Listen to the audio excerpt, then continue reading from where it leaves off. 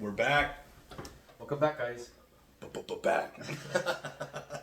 So we just briefly made a short about Aaron Rodgers going to the Giants, which is pretty exciting. Hopefully they do it. Yeah. With the Giants, it's with the last couple of years, you don't really know. Yeah, it's been rough. Some of their free agency moves have been hit or miss, mostly miss. Talking about rough, there was I don't know what the rankings were, like the specific rankings, but like the players made the rankings. Oh, and, yeah. you They heard graded about they graded the owners. They graded the owners, Yeah. and the Jets were dead last, dude. Yeah. Which is not a surprise compared to the last several decades. The Jets, not making the playoffs, Yeah. and like just pretty much being a laughing stock. Yeah. So now that they're kind of in a new start with Aaron Glenn, hopefully this is kind of just like a reflection, Yeah. saying like there needs to be kind of change because it's been bad, man. Yeah. It's been hard to watch at some points, especially with this optimistic perspective. Don't get me wrong. I loved the fact that we got Aaron Rodgers Yeah. and Devontae Adams because they went all in. Yeah. You know what I mean? I don't think enough credit's due to the previous GM for acquiring all these players. Like, you know what I mean? After even acquiring Aaron Rodgers. Yeah. I forget his name. The one who they got No, they still have him. No, they fired him. Really? Yes. Let me see. Was it Moogie or something? No, because I thought it was just Coach Sala that got traded. That got fired. Darren Moogie is the new. Oh, GM. yes, you are. Yeah. Yeah, the offensive lineman. Yeah. Yeah, dude, he had a really good draft, but if you went a couple years ago, like there was a lot of misses, and he went. But he acquired Aaron Rodgers and like all these different players who Aaron Rodgers wanted. That's exactly what ownership wanted.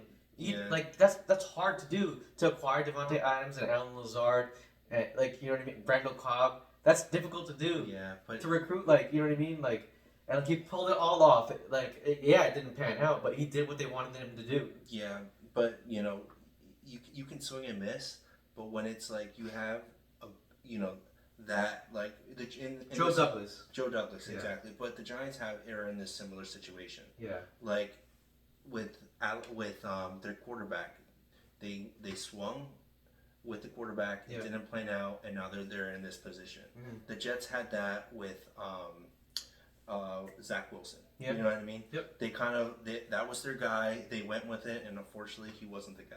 I mean, And- lucky for them, they still have a great roster. They have a great defense, and they have talent, like in the young talent now, and the wide receiver and But running back. the scary part with the Jets, with the organization and as a whole, Yeah. is like with Geno Smith, Yeah. just getting traded for a third round draft pick and Yeah. going to the Raiders, having Yep. success with Seattle, and even Sam Darnold having a comeback year last year, and from our previous segment, he's probably the top quarterback Free agent. You Yeah. know what I mean? And those, they were heavily scrutinized, and were probably almost out of the league from, their time in the Jets. So I don't know if it's like, a quarterback issue. Maybe it's just an organization issue. Yeah. So You know what I mean?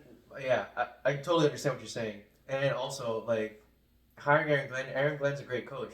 So is Robert Saleh. You know what I mean? I think it's like, and that goes to the report card that the Jets gave the ownership. It's Woody Johnson, man. I think he's like trying to be too involved or whatever. It's like, it's obvious that it doesn't go up to just coaching or the GM.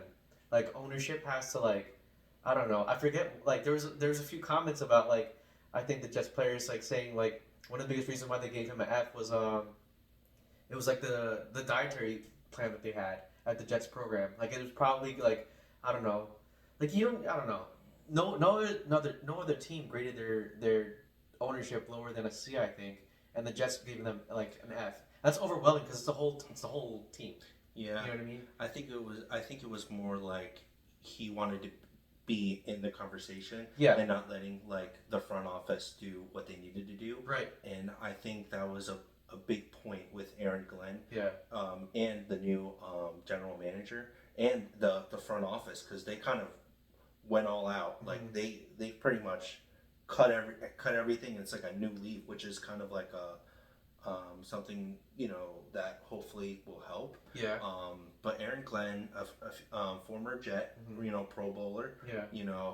Players coach, kind of like Saleh. Yeah. But Came from Detroit. You saw what Dan Campbell did over there. He was a defensive genius. A lot of people said, and he was one of the top candidates. So there's a lot of great things that can happen. I'm hoping that this can kind of lead to something better. A better future for the Jets. But when it's an organization issue, like that's kind of like a scary thing, especially hearing it from the players themselves. Yeah, because it goes all the way up to the top. You know what I mean? And like, if the problem's all the way at the top, then there needs to be change. If they're asking for change, it's like, like he has to either step back or it has to be a different position. You know what I mean? Somebody else has to take that job. Yeah, talking about change, dude. I know it's like a different sport, but can we just take a minute and just talk about the NBA right now? Because it's kind of like, after the trade with Luka Doncic, It changed everything, dude. Yeah. I felt like what's his name?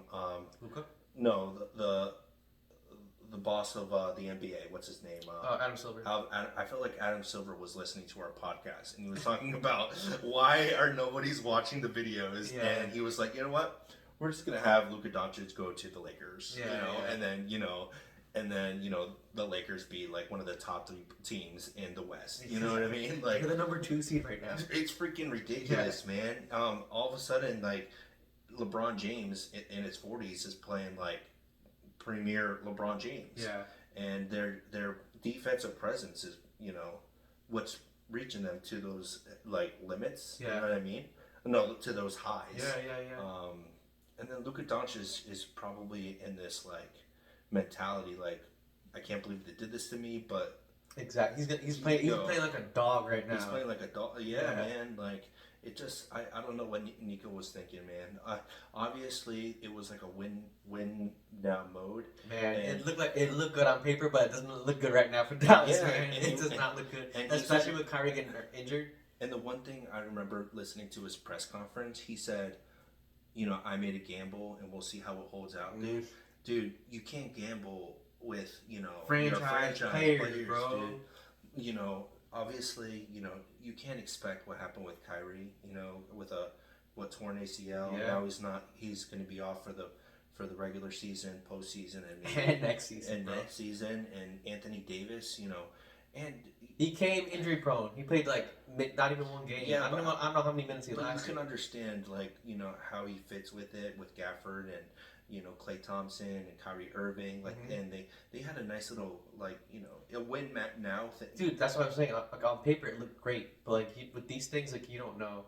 And I don't know. Luka was a guy who loved Dallas and he loved being a Maverick, and Dallas loved him so much, dude. Like, more than like, I don't even know a player that's loved that much in like their own town. Well, yeah, I think it's just kind of disingenuous the way that they kind of put him, as like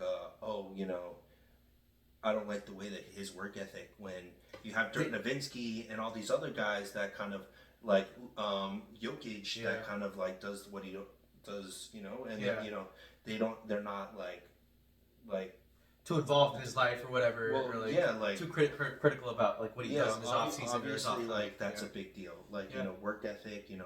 I believe I saw a video that Nico Collins was very close with Kobe Bryant, and one thing about Kobe Bryant, he has that the Black Mamba Not mentality. everybody's Kobe. Nobody's Kobe. Yeah, but I think Nico was looking for that like work ethic, and he didn't see it in Luka. But to hold him to those standards and to kind of like put him away for something so small. I understand. Look, Mikal Bridges, bro, that's like 5 first-round draft picks, and you just give them away for Anthony Davis. It just does not make sense to me. Yeah. And I think Adam Silver. I think there should be like an investigation, something, dude, because it does not make sense. I hear you. I understand, but Lakers look good right now. Lakers look good. They beat my Knicks. Yeah, and like Luka. I understand like comparison between Luka and Kobe. Like, they're 2 completely different players. Like, Luka like plays the game like I don't know. Like, he likes to get in the trash talk. So does Kobe, but like he likes to play loose. He likes to play like he's having fun. Like, you know what I mean? He doesn't take it as seriously as other players because he wants to enjoy it. That's what I get from him. Like, you know what I mean? He wants to enjoy like like he wants to enjoy winning too. Like he puts all like he's had so many injuries, dude, for Dallas and played through them and played hard. And I don't understand. Yeah, I just think like Like you said, it doesn't make sense. I just think Giving him up. I just think that like foreign players are like um, seen differently than players that come from college and stuff. Like Yeah. they're coming from another country, They're playing for more than So when they come to America, they're like, "Oh snap! What is Yeah. this, man?" Right. So they're kind of embracing everything like a new, different life. And I feel like that was Luka Doncic. Kind of probably went out a little bit more than he should have and Yeah. stuff. But like, he's gonna be the cream of the crop for like 10 years. You know what I mean? Yeah. And that's gonna hurt the franchise for many years to come. Yeah. So I agree. We'll see what happens, but luckily it's in the West Coast, so Yeah. you don't have to worry about it. As like with Brooklyn and the Knicks. Yep. I'll tell you what though, when Dallas does get healthy, like maybe mid-season, midway next season. I'm sorry. Maybe midway next season. That roster does look nice. It does look And nice, yeah. defensively, like it should be like pretty dominant. Like It's just when he talks about like, oh, this trade wasn't just for now; it's for now in the future. Yeah. Like Kyrie's is in his like early 30s, and so is like Anthony Davis is probably like in his late 20s or something, maybe early 30s, dude.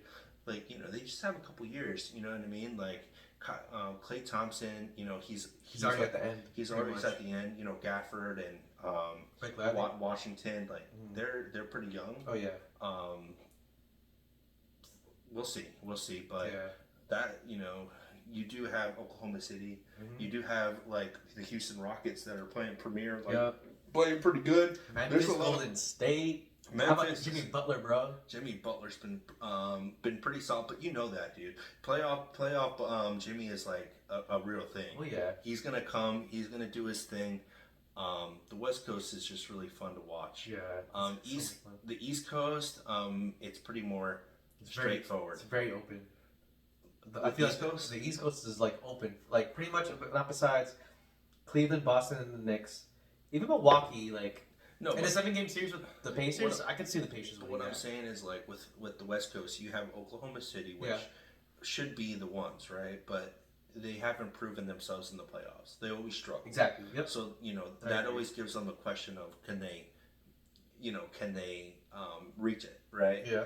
But then you have like proven players like Golden State, and then you have maybe like the Lakers, which has like they've been there. Players. Denver's been there. Yeah. Memphis hasn't. Houston hasn't. Minnesota hasn't. Yeah, but those are pretty solid. The Spurs, very unfortunate, but they were pretty up there.